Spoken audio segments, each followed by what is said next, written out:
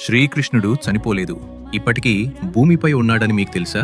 శ్రీకృష్ణుడు భూమిని విడిచిన తర్వాత పాండవులు ఆయనకు అంత్యక్రియలు చేశారు. అగ్నిలో ఆయన శరీరం బూడిదగా మారిపోయింది.